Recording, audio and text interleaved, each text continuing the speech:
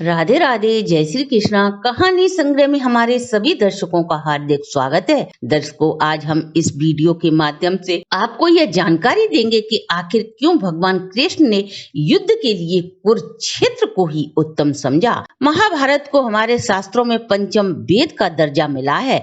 यह युद्ध कहानी न होकर एक समृद्ध इतिहास कहा गया है। यह युद्ध दो भाइयों के बीच जो कौरव और पांडवों के नाम से जाने जाते थे। पांडवों ने अनेकों प्रयास किए युद्ध टालने के, लेकिन जब दुर्योधन उनका हक छोड़िए पांडवों को सुई की नोक के बराबर भी भूमि देने को तैयार नहीं हुआ, यहीं से महाभारत युद्ध की नींव पड़ती है। इस महायुद्ध में पूरे भारत वर्ष के चक्रवर्ती सम्राट व राजाओं ने भाग लिया था। आइए जाने महाभारत युद्ध के लिए कुरुक्षेत्र को ही क्यों चुना गया। जानने से पूर्व यदि आप हमारे चैनल पर नए हैं तो सब्सक्राइब करें, वीडियो को शेयर और लाइक अवश्य करें। संपूर्ण जानकारी के लिए वीडियो को अंत तक जरूर देखें। सर्वप्रथम बात यह थी कि भगवान श्री कृष्ण को इस बात की आशंका थी कि भाइयों गुरु शिष्यों व संबंधी कुटुंबियों को मरते देख कहीं ये आपस में संधि न कर लें, इसलिए ऐसी भूमि को चुना जहां क्रोध और द्वेष का समागम पर्याप्त था। भगवान श्री कृष्ण ने चारों दिशाओं में अपने दूत भेजकर वहां के घटनाक्रम से अवगत करने को कहा। जब दूत लौटकर आए तो उन्होंने बताया कि कुरुक्षेत्र के मैदान में एक भाई ने दूसरे भाई को अपने खेत में वर्षा का पानी रोकने को कहा। तब यह बात सुनकर बड़ा भाई क्रोध से भर उठा और छुरे से छोटे भाई की हत्या कर दी और उसकी लाश को घसीटता हुआ उस स्थान पर ले गया जहां मेड़ से वर्षा का पानी निकल रहा था और पानी रोकने के लिए लाश वहीं लगा दी। भगवान श्री कृष्ण ने दूत की बात को सुनकर यह तय किया कि भाइयों के बीच महाभारत के लिए यह भूमि सर्वश्रेष्ठ साबित होगी।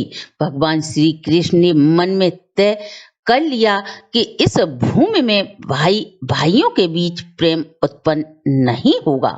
वहीं दूसरी कहानी के अनुसार जब कुरु इस क्षेत्र की सफाई कर रहे थे तब देवराज इंद्र ने उनसे जाकर पूछा तो कुरु ने बताया कि कोई भी व्यक्ति यदि इस क्षेत्र में मरता है तो मैं यही चाहता हूं कि वह सीधा स्वर्ग जाए, ऐसी मेरी इच्छा है। इंद्र उनकी बातों पर हंसते हुए सीधे स्वर्ग की ओर प्रस्थान करते हैं। जब यह बात इंद्रदेव ने देवताओं को बताई तब देवता इंद्रदेव से बोले, हो सके तो कुरु को अपने पक्ष में कर लो।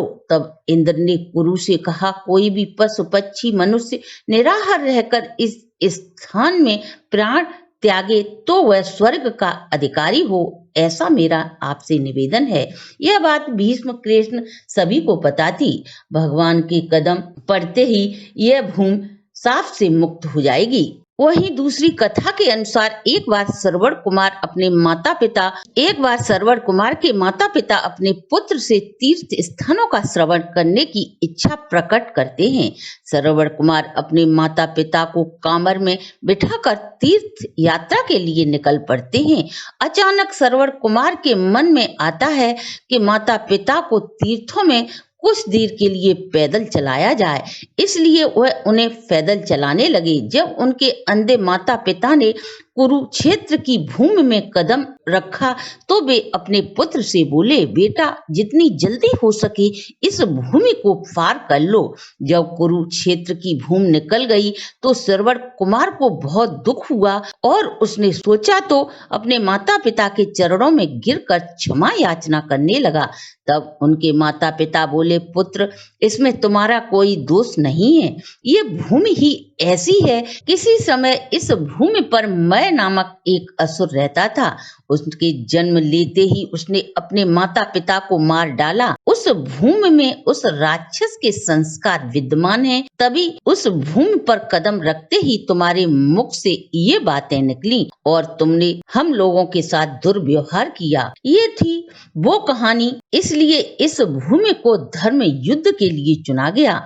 महाभारत के वन पर्व के अनुसार यहाँ आने वाला प्रत्येक व्यक्ति पाप मुक्त हो जाता है। यहाँ तक कि इस भूमि से उड़ी धूल के कण महापापी को भी परम पद प्रदान करते हैं। श्री नारद पुराण के अनुसार ग्रह नक्षत्रों की गति से नीचे गिरने का जिन व्यक्तियों को भय है और वे जब कुरुक्षेत्र में प्राण त्यागते हैं तो वे पुनः जन्म नहीं लेती। श्रीमद् भागवत गीता में कुरुक्षेत्र को मृत्यु लोक में धर्म क्षेत्र माना गया है। यही वजह है कि कुरुक्षेत्र को महाभारत युद्ध के लिए सर्वोत्तम माना गया। तो दर्शकों, ये थी हमारी आज की प्रस्तुति। अगर आपको हमारी वीडियो अच्छी लगी हो तो आप हमारे चैनल को लाइक, सब्सक्राइब और शेयर करें।